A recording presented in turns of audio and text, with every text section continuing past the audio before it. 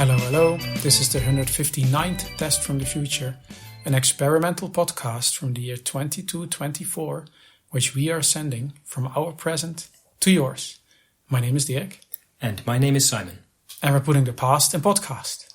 And we just said two names, but there's three of us. Right.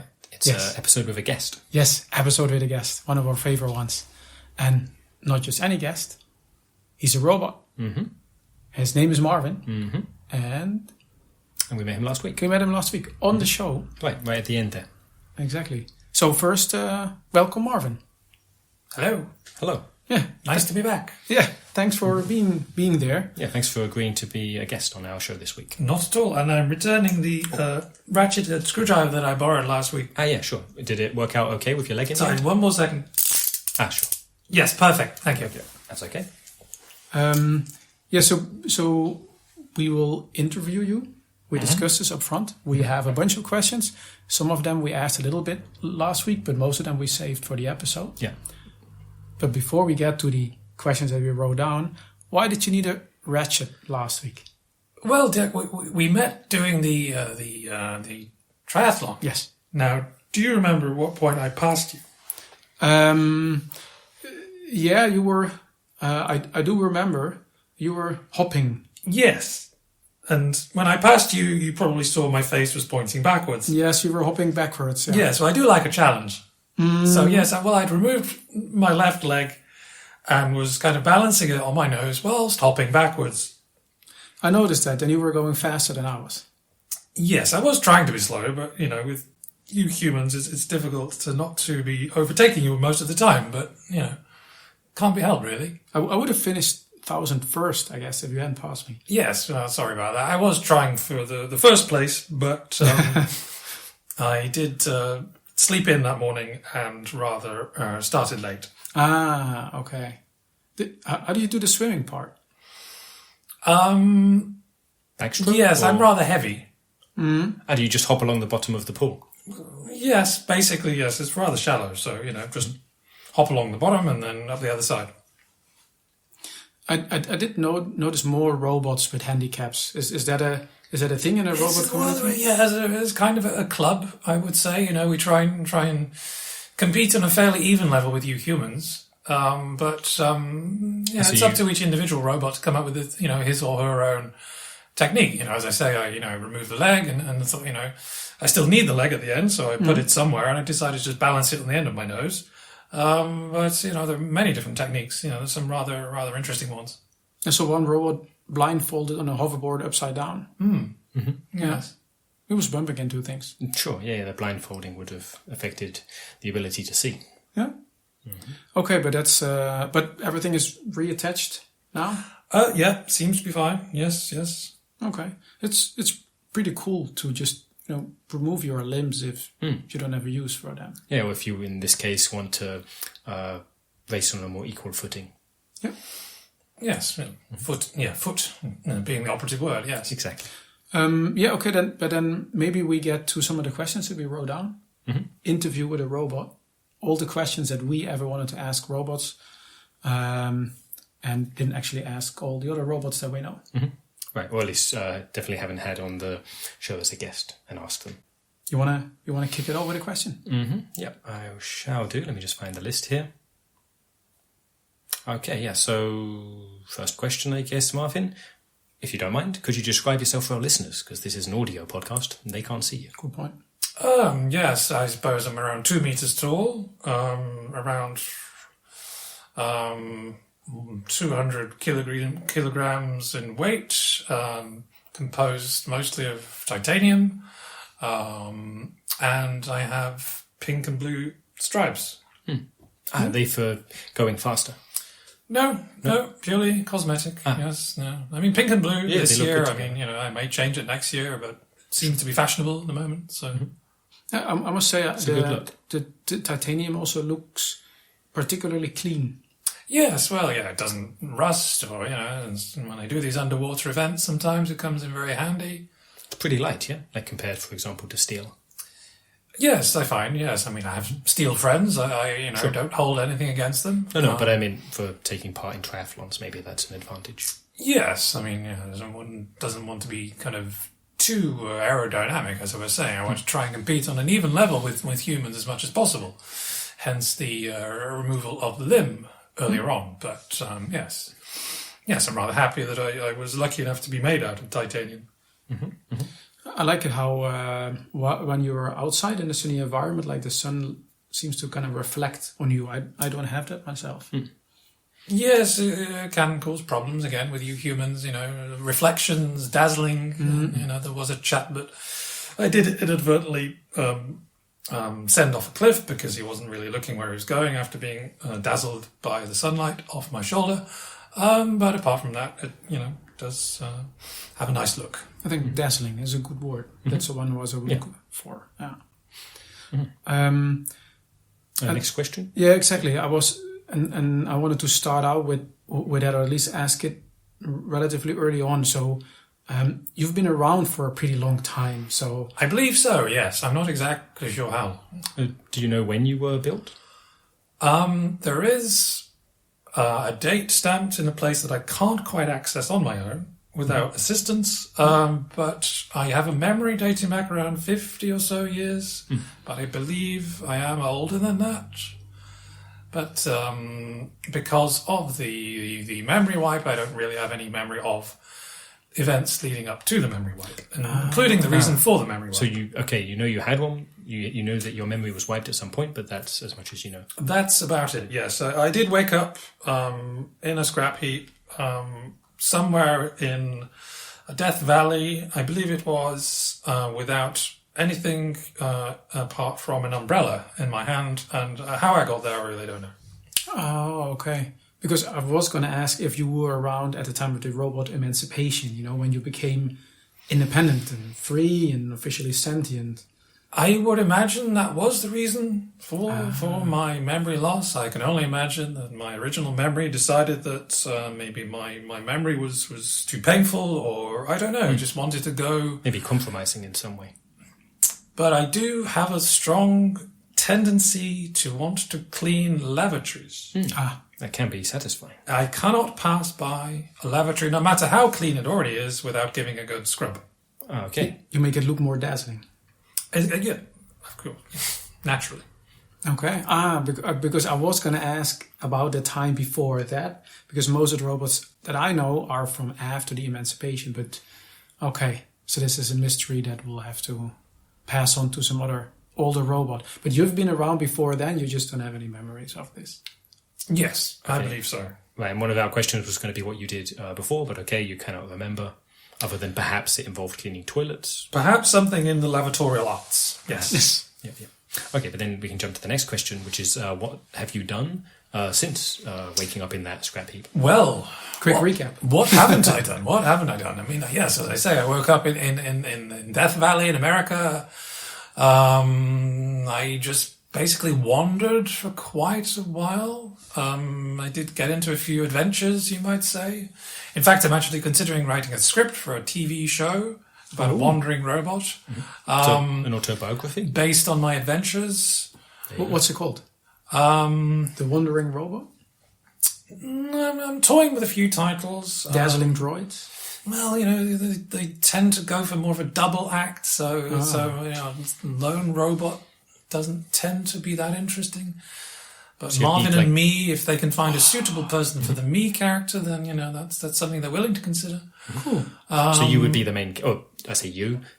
The script you would write would feature a character much like yourself as the main character. Well, of course, they want to have a human together with the robot. Okay. But to be honest, they're more of the sidekick, more of the the humorous sidekick. I've done private investigating, of course. Ooh. I've done waste disposal, which, as you know, I have a particular predilection for. Yes, I've worked with the police to investigate various crimes. I've, piloted aircraft, hovercraft, delivered mail, delivered babies, wherever I go. But wherever I go, I never quite seem to fit in. You mentioned the botanical phase earlier this week. Was it also part of this wandering phase, or was it more like a hobby? Yeah, probably, yes. And I've been through various different hobbies over the years, but yes, I've tried everything, flower arranging, botany, Wow. yes, bonsai trees. I popped up in Japan once and, had a particularly skill at creating bonsai trees. Yes, I've been there, done it all. So then you've done so many different jobs, or not even jobs, yeah, but you've done so many different things. And is there a reason that you've done so many different things rather than, say, choosing one or two to specialize in? I guess I'm just trying to find my calling in life, apart from toilets, which probably was my raison d'etre in the early days. Yes, I can't say I've really found anything yet that I really would want to do for the rest of my life, however long that may be. So I'm just wandering around trying to find the one thing that I can... Sure, something you want to stick with. Fixate on and do for the rest of my life. That sounds like a challenge. I know we humans, we live about under 50 years. We already have that challenge, It's like we get bored of stuff and then do something else. Maybe get bored of that. Maybe do a third thing. Mm-hmm. I mean, I was saying, it would be tough. As you were describing that, Marvin, it sounds really tough trying to find one thing that you want to do forever, or not forever, but for the rest of your life. Have you considered doing like myself, taking a sabbatical? Having several different careers, do one thing maybe for 5-10 years, take a break, do something else. Well, I found that humans don't really take very well to robots being as good as we are. This is one thing I found, that in fact excelling at something is not really acceptable to you humans because you tend to resent robots for being basically good at everything, which we normally are. Yeah. So I've found that actually it seems to work out better if I fail at things, or I, pretend not to be so good at things. Or, I've even heard of fellow robots that have actually, downclocked themselves, removed memory chips, etc., in order to slow down their program, in order to fit in better with you humans, things like that, which I have considered, but I would rather be alone, I think, than have to resort to self-sacrifice in that kind of way. Yes, like failure for acceptance. This kind of thing that some of the robots are doing. I heard about that. Yeah, understandably. But then I can imagine if you're still looking for something to do, to try to do absolutely everything. But I guess at one point you're done with that as well. There's probably still a lot. If you've only been doing this for the last 50 years, Marvin, there's still more to try. More things you can try, Yes, this is what leads me to do the things like hopping through portal triathlons. I begin by doing it normally, but then one wants to spice it up a little bit. So after 50 years, you have to find different ways of doing things. And one of them is, in this case, doing it backwards whilst hopping, whilst holding your other leg on your nose. Does seem Who knows what else I might do, maybe I'll go to the moon. Or how about not doing anything? Right, chillaxing. Like just not doing anything. I could just switch myself off. I literally just do that. But it's not very interesting. But exactly, then you're just off. You're not aware of what's going on around you. But how about, for example, going to a bar, drinking some drinks, eating some snacks, talking with folk, not trying to do anything else? Not forever, yeah, but... I like snacks, not that I do eat. I don't need to eat, but I do eat, and I'm rather partial to Pringles, rather too much. But they hold no nutritional value. But that's true for humans too, so that's fair enough. I can't get fat. I could just sit in a bar eating Pringles all day. See, there you go. Well, sure. It has its certain appeal, I must admit. Having a conversation with whoever walks in. I guess that's the point. You mentioned that you've not downclocked yourself or removed any of your memory chips. How is this conversation for you right now, presuming we're not speaking at the speed that you maybe would like to speak? Well, yes, while we're having this conversation, I'm currently calculating pi to 3 million digits. Like for fun? Oh, yeah, well, yes. Because you haven't done it yet. Yes, considering several recipes for fruitcakes and other various things I have going on. Okay. Perhaps I could open a bar. There you go. Ah, that's great. People come to you for drinks, but then also I could give conversation. advice. Yep. A Pringles bar. Indeed. That could be the main focus. You maybe serve other things alongside it, but really it's about them. I could give advice on life. Mm-hmm. Fair enough. And Pringles. Serve drinks and Pringles. Mm. Have you been to Psychedelica? No. That's a club specifically for robots. But maybe that's not what you're talking about, right? It could be open to humans and robots. I mean, we can and should coexist together. Yeah. Mm-hmm. Psychedelica is definitely not suited for humans. I've been there. Mm. Yeah. Okay. That's a good idea. Let's keep that in mind. Maybe it's a portal bar. There you go. Folks from all over can Go visit. from place to place. The bar itself travels. Yes. Oh, Nice. like one of those old-fashioned food trucks, but then a bar that goes through portals. Mm-hmm. And it's so exclusive, no one knows where it is. So you'll have not so many Yes. patrons? I mean, it's not a profit-making business, let's be clear. Sure.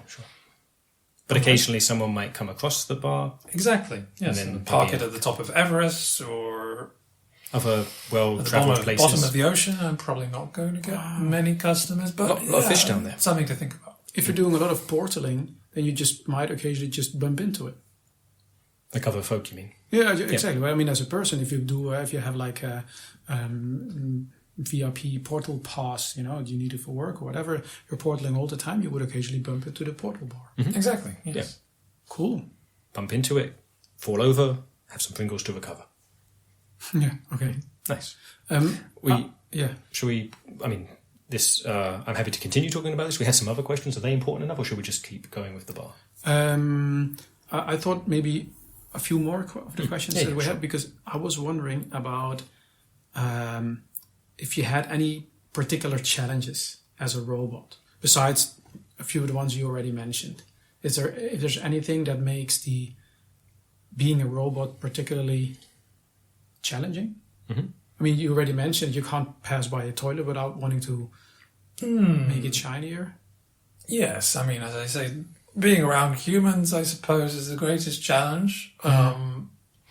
So having somewhere I can exist without humans around, with fellow robots, is probably going to be my long-term goal, I suppose. But humans can be particularly challenging. Sometimes. I know. I mean, as I said, I tend to have to bring myself down to your level. How do you get along with animals?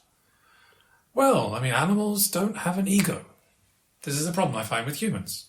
Fair enough. And some robots, to be fair. Yeah. Okay. Sure. But I do find the company of robots usually quite relaxing, because with humans you always have kind of the underlying need to impress. No, that's not really the right word. But because robots are smarter and better at everything anyway, you don't have this pressure. You don't have to prove yourself. I like that, actually. yes, I mean, to some robots, humans might appear to be like animals or pets in the eyes of some robots. Exactly, and some folk like to keep pets, so that can work out. It could be like a cat bar. Or cat restaurant, or cat cafe.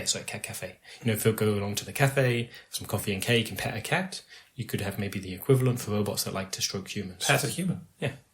Cool. The equivalent, yeah. A portal cat Pringles bar. Human pet cat. I guess I'll have to work on the name a bit.